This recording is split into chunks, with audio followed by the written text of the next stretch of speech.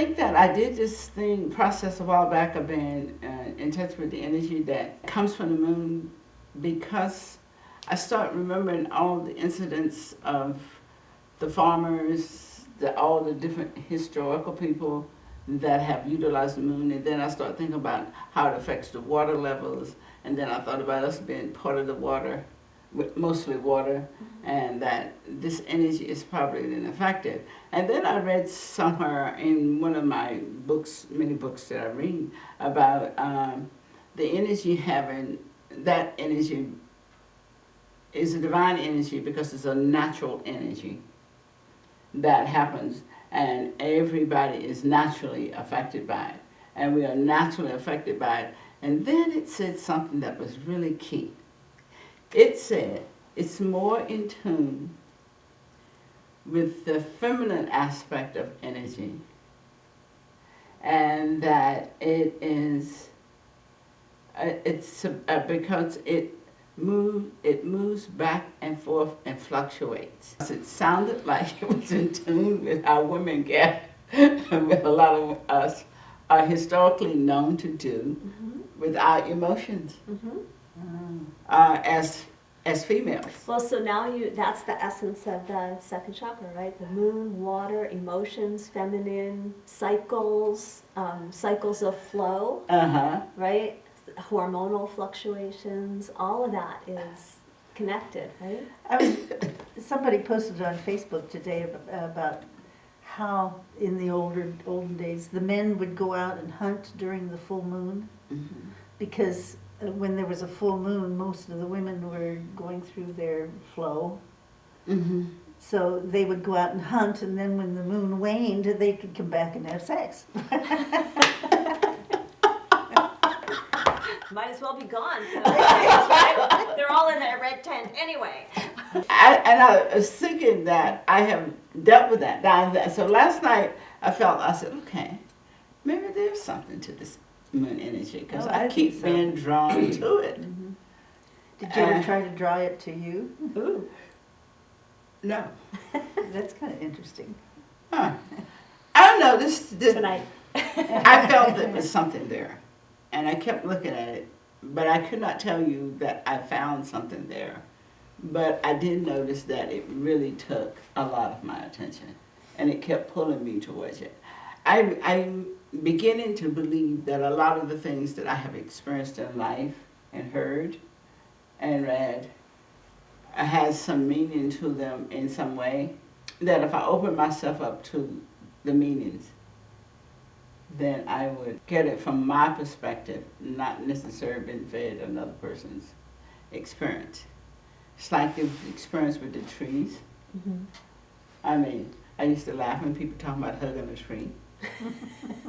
I did. I thought it was ludicrous to be hugging a tree. So when all of a sudden I'm a tree hugger.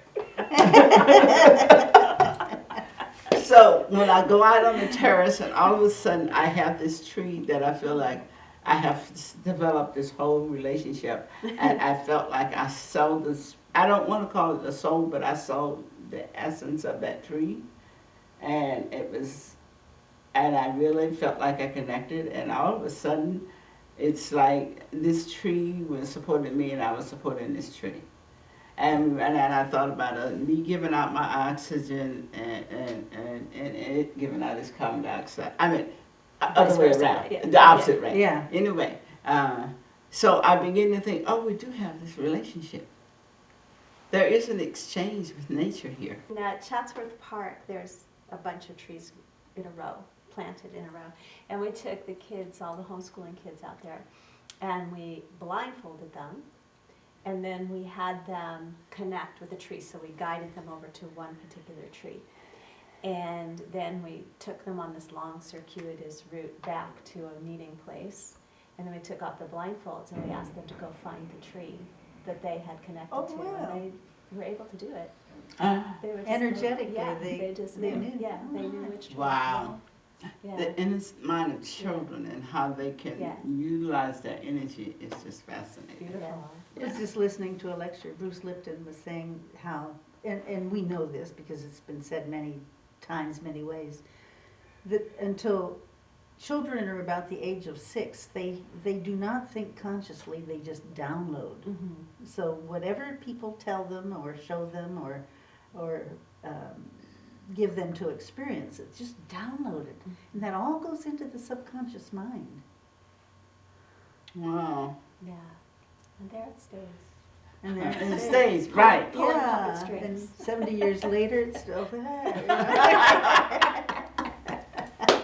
It is. So we have to be conscious of what we downloaded in that. Yeah. That children Well, that's downloaded interesting first. though, you know, because he says that we operate about 25% from the conscious mind, Mhm. 75% from the subconscious mind.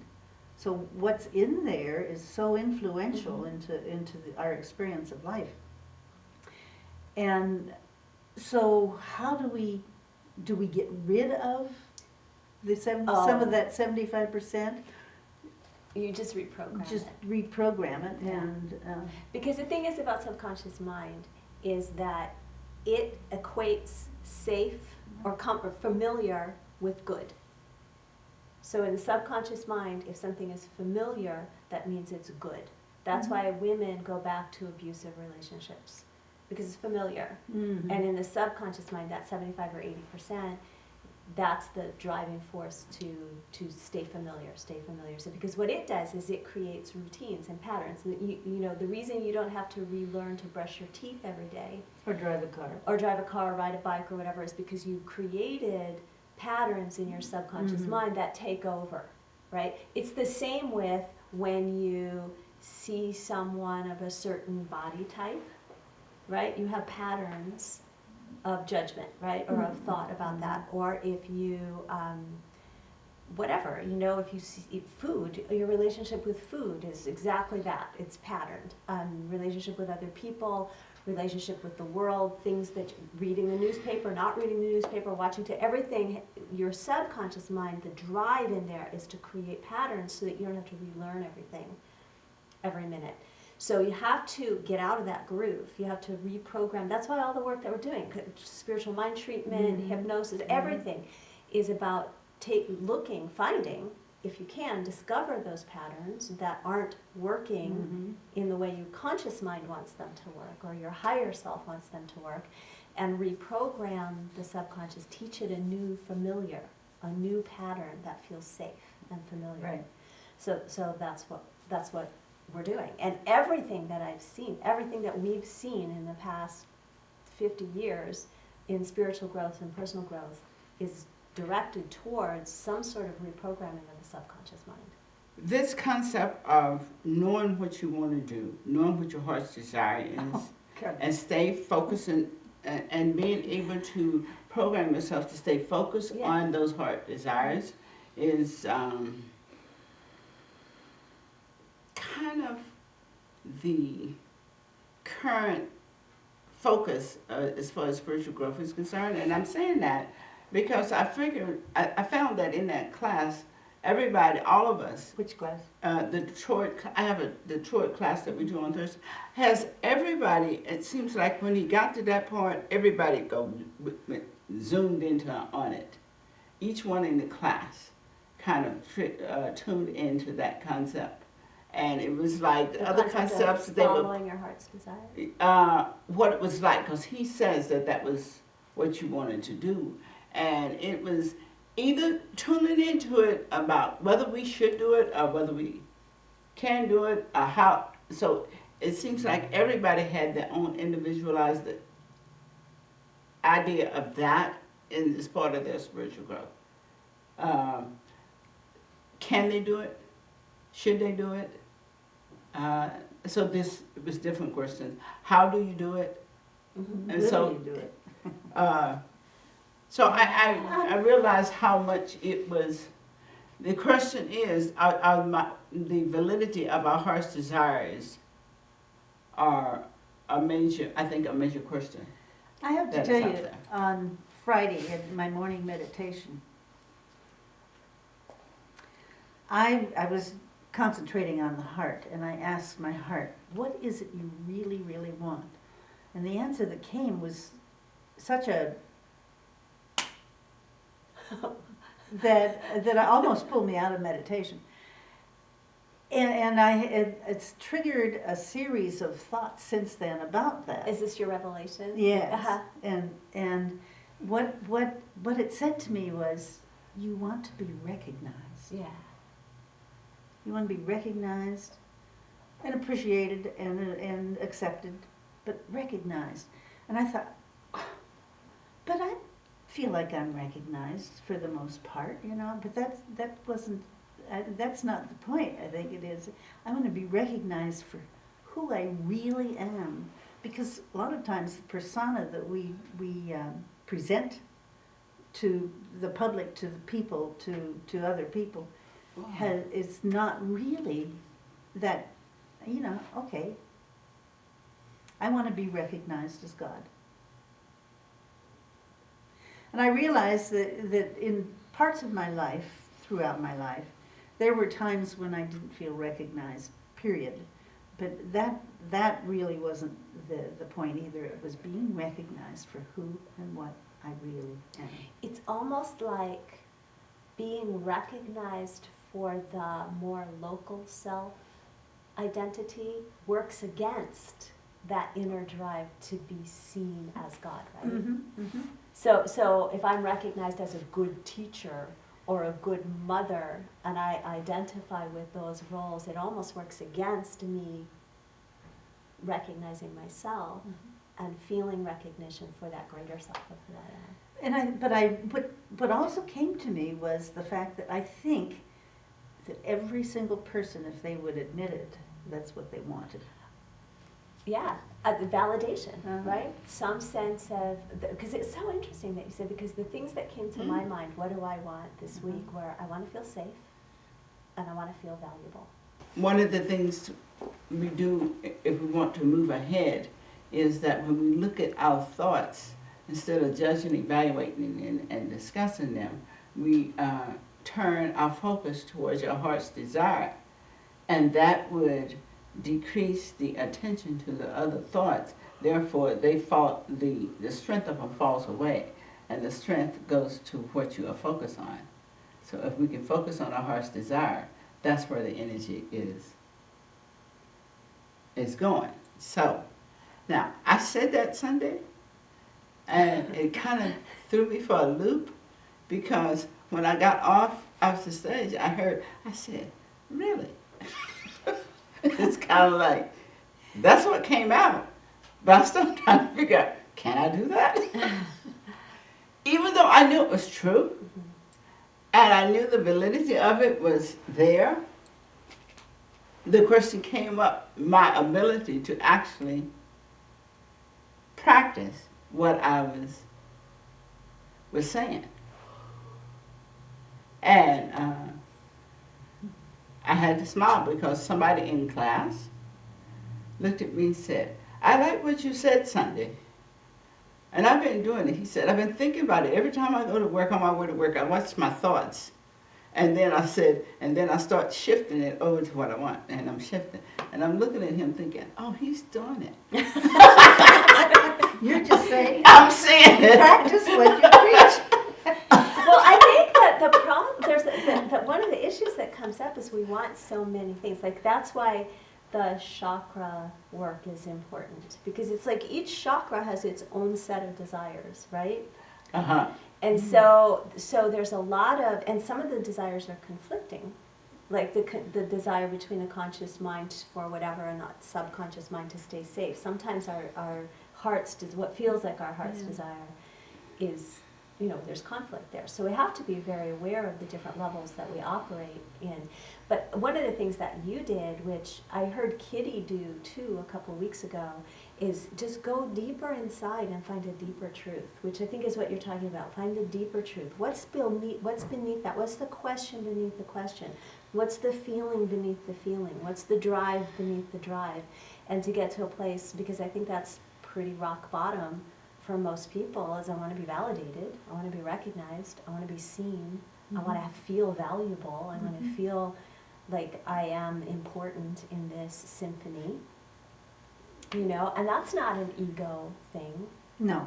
You know, I mean, because I No, think it definitely was not from any go place. right, and I think that some people strive to find that level of validation by becoming important in the world from an ego place, but it's the same underlying desire to know ourselves, because it's not about anybody else validating us. Do you realize how much the world would change if all these people who were putting themselves out there, either positively or negatively, if they really realized the recognition that they really want, rather Right. than world recognition? And then if they could learn to give it to themselves, Uh-huh. and they wouldn't need it from anyone else, right? That's the tricky part. They would see it everywhere And that's as soon as they learn to give it. Yeah, that's the key Yeah. that came up for me. yeah. How to give it to myself. So something came to mind when you were talking before that I just want to put out there as an exercise that we Oh, is this could going do. to be another thing for me to do? Yeah. No, okay. Okay, so we went through the resistance and we're back. You had said something about you were listening to Bruce Lipton. Uh-huh. Great. One of the things that I think we could do as a group is claim that knowledge. As our own? Yeah. You learned it. Mhm. It's yours. When we're talking to each other, Uh-huh. we don't need to refer to experts. See, that to me, that helps us learn to really own our own Uh-huh. value and our Mhm. own mind and our own Mhm, thinking. mhm. I'm not talking about plagiarizing. You know, we can give reference maybe sometimes, but that was important information that you now own, that Mhm. 75% of my mind is operating below my level of awareness. It's subconscious, right? Mhm. That's important information, and it's your information, and it's not his proprietary information. You heard it from him, but I heard it decades ago from my psychology class. You know what I mean, right? So it's not, you know. Uh-huh. So just being aware of how often we take our knowing and attribute it to someone else, and owning more of it. But if we're all one, then it's mine anyway. It's yours anyway. Mhm. Yeah, yeah. But I think that what happens is we have a habit of disowning our magnificence in so many different ways. And it's just a little thing that we could do. We could practice with each other. Uh-huh. And then if I challenge that and I go, where did you learn that? Then then tell me that, if whatever. I just pulled it out from. Yeah, because that's the thing. And the more that we that's true, because you attract that. yes. Yeah. Yeah. Okay. I'm willing. Yeah. I think that could be really powerful for us. And I think it's a valid point for me too, because a lot of the information I have in my head, I'm willing to put it out there, but Well, that's right, because using other you're people. always saying, like Troward says and so on. You Yeah. use that a lot. Well, and I even did it. My mentors told me Yeah. to enunciate yeah. So I can see where that is a significant point, because a lot of the stuff I know, because one of the things that I realized is that what I said Sunday came from me, Well, and so here's the question to and ask. I know it came from me. Yeah, it did. So the question to ask is, why do I resist owning that? I think that that validation that you talk about of me validating myself, recognizing me for who I am, is part of what I am in the process of stepping into, Mm-hmm. and that I frequently fall back on having the knowledge from the books so that I would feel okay, Mm-hmm. and trusting my knowledge, because I realize I have a tremendous amount of knowledge in my head. Uh-huh. I know a lot of this, and I understand this spiritual concept. And to me, and it's amazing how it processes and how it works. So me stepping into that is probably where I have my bouncing back and forth of being. And honoring myself and honoring my own consciousness and its ability to create is part of what I see myself learning to do. Because even doing the concept of doing affirmative prayer treatment, Mm-hmm. I know the validity of it. I mean, I don't know it from the place of a book.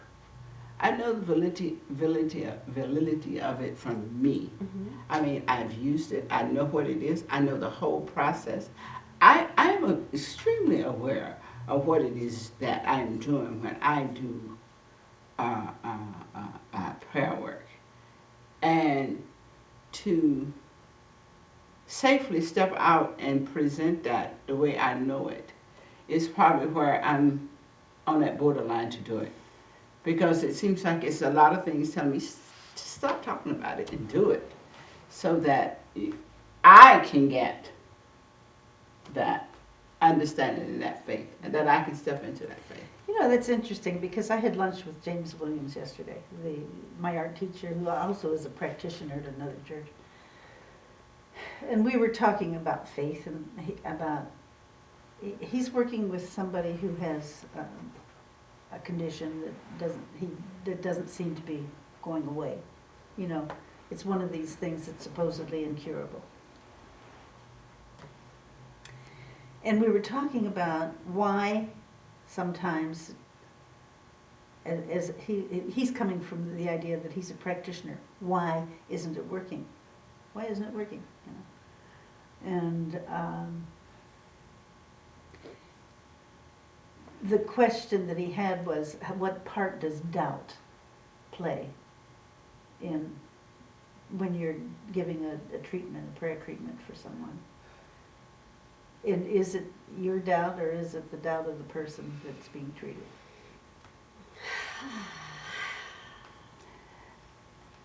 Treatment, I see, and I have to smile with that one because I know very well that it is all only my consciousness. So I don't have to worry about anybody else's consciousness having any doubt or hesitation or what. This is my experience, my process. And when I think about it now, that's why I'm excited about where I am now, because I understand what is happening. I understand what the process is. I finally got it. I got it. So I am not, it's looking at that concept of doubt from where I am now is telling me that there is a question of sometimes I touch it and sometimes I don't. Sometimes I touch the spirit and make it work, and sometimes I don't. That type of thinking. You don't make it work, it always works. That type of thinking is involved when you have that concept of doubt. Whereas when you are recognizing that what is happening is the clarity of consciousness of the truth that it already is, then it is a totally different experience. Where there is this sense of knowing of the truth. So that is a big difference than sitting in there when you're not quite sure you got that connection or not. Well, okay. So where I go with this is a little different because to me the law always works. Mm-hmm. Yeah. So there's no point in time or space or consciousness or awareness where the law is not working. Mm-hmm. So if someone has a condition that is persistent, they must be applying more energy to keeping that condition than to letting it go. Yes. Mm-hmm. So, and I have flippantly said they want it more than they want to be healed. Well, I was just going to say that I think the practitioner can't be attached to the outcome. They just have to know that they've spoken the truth. Yes. Period. Yes. And That's so in that moment they know they've spoken the truth. They have to let it go and allow that client to do whatever they're going to do with that. Because to do a treatment that's going to work, you can't be looking at the outcome, right? That's what you're saying. You can't decide whether or not it worked by the outcome. You have to decide whether or not it worked by your level of connection to the mindset Right. of applying more energy to the condition the client says they want rather than the condition that they're manifesting, right? So Right. we stand firm in seeing that truth. But it's actually nothing to be fixed. And And what- that's yeah. the truth that the consciousness is stepping into. Because current experience, if it's something that you want to shift, is just the new experience of knowing the truth. So it's almost like saying, if you have cancer, it's not like something is wrong. This is just a consciousness that has a thought pattern that has manifested this thing. So what we're doing is creating a new thought pattern to create a different thing. And it's not the matter of a person. I don't feel like it's the matter of a person wants than that more than that. That's kind of like saying a battered wife wants to be wants that battering more. But I think as that familiar tape that's in their subconscious mind running, and they don't know how to get that tape turned off. Right. But and the significant thing is to turn a new tape on that will give you the experience that you want. Right. Don't worry about this tape that is going. So in sense of trying to fix it or change it, Right. but to create that which is my heart's desire is for me to create something anew, just to just step into a new awareness. So it's kind of taking the concept that there is anything wrong, bad and stuff, just kind of letting things be as they are, and looking for the point of being the way we falling and getting in touch with how to bring the desire of the heart into expression, and knowing that there are a whole lot of tapes that are running in our subconscious mind that were created out of misperceptions or environmental influence and all this stuff. That awareness is letting us recognize, okay, I got a few tapes here. This is not a tape I want to keep running, so I want to run this kind of stuff. So moving towards that which I want to experience, what I want to embrace, is to me the awareness that I see myself embracing now. I realize that anything that's in existence it's just that. It's just things that are in existence. And it's okay to have those in a sense. And I need to be okay to realize that those things they exist. It's a fine line though, isn't it? To be okay, to accept what is, and still hold a desire for something else. I think we get a little bit, that's a place where we can get off a little bit. Right? Yeah, and I think because the desire for something else can turn into resistance of what is. And the minute we start resisting what is, we put more energy into what is than to what we desire, right? And So, yeah. that's why I was thinking. That's why when I said being able to accept things as existing because of patterns that have gone before, or that knowing that this idea of 75% of the conscious minds, that these are tapes are running, being able to just look at them and realize that they are not who I am or what I am. We need to recognize who we really are. And recognize who, yes. And acknowledge. Yeah, and so it's important to recognize that who I really am, because then I can observe these things neutrally. Because as soon as you put emotion in, you've now added energy to the condition. Yes. Right? So that's the key to self-healing.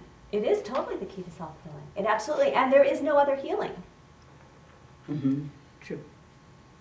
right? So everything that we see that doesn't appear to be healed reflects something inside of ourselves that needs to be healed. And so it's all about self-healing.